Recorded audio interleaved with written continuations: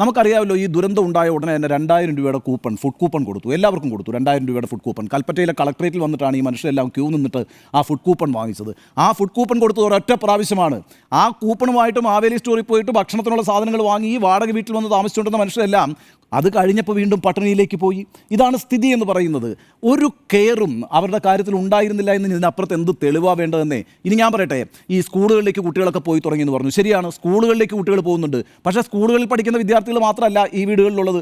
അവരൊക്കെ ഹയർ എഡ്യൂക്കേഷന് പോകുന്ന കുട്ടികളുമുണ്ട്. ഹയർ എഡ്യൂക്കേഷന് പോകുന്ന കുട്ടികളിൽ ചിലരെയൊക്കെ എനിക്ക് നേരിട്ട് അറിയുകയും ചെയ്യാം. ഇപ്പോൾ ആലപ്പുഴ മെഡിക്കൽ കോളേജിൽ പഠിക്കുന്ന കുട്ടിയുണ്ടെന്നേ.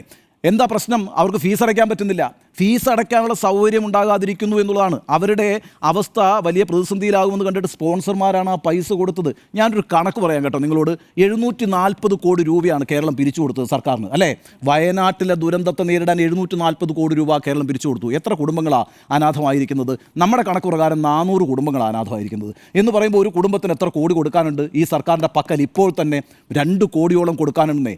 2 കോടി രൂപ ഒരു കുടുംബത്തിന് നിസാരമായി കൊടുക്കാവുന്ന പൈസ കയ്യിലിരിക്കുമ്പോഴാണ് സ്കൂളിലെ പൈസ അടയ്ക്കാൻ കഴിയുന്നില്ല, ഫുഡ് കൂപ്പൺ കൊടുക്കുന്നില്ല, ദിനബത്ത കൊടുക്കുന്നില്ല, അതേപോലെ തന്നെ ഈ പറയുന്ന വാടക കൊടുക്കുന്നില്ല. ഈ എല്ലാ അസൗകര്യങ്ങളും അവർ അനുഭവിച്ചുകൊണ്ടിരിക്കുന്നത് ഇവരുടെ പേരിൽ കേരളം സംഭാവന ചെയ്ത പൈസ ട്രഷറിയിൽ കിടക്കുമ്പോഴാണ് ആലോചിക്കണം.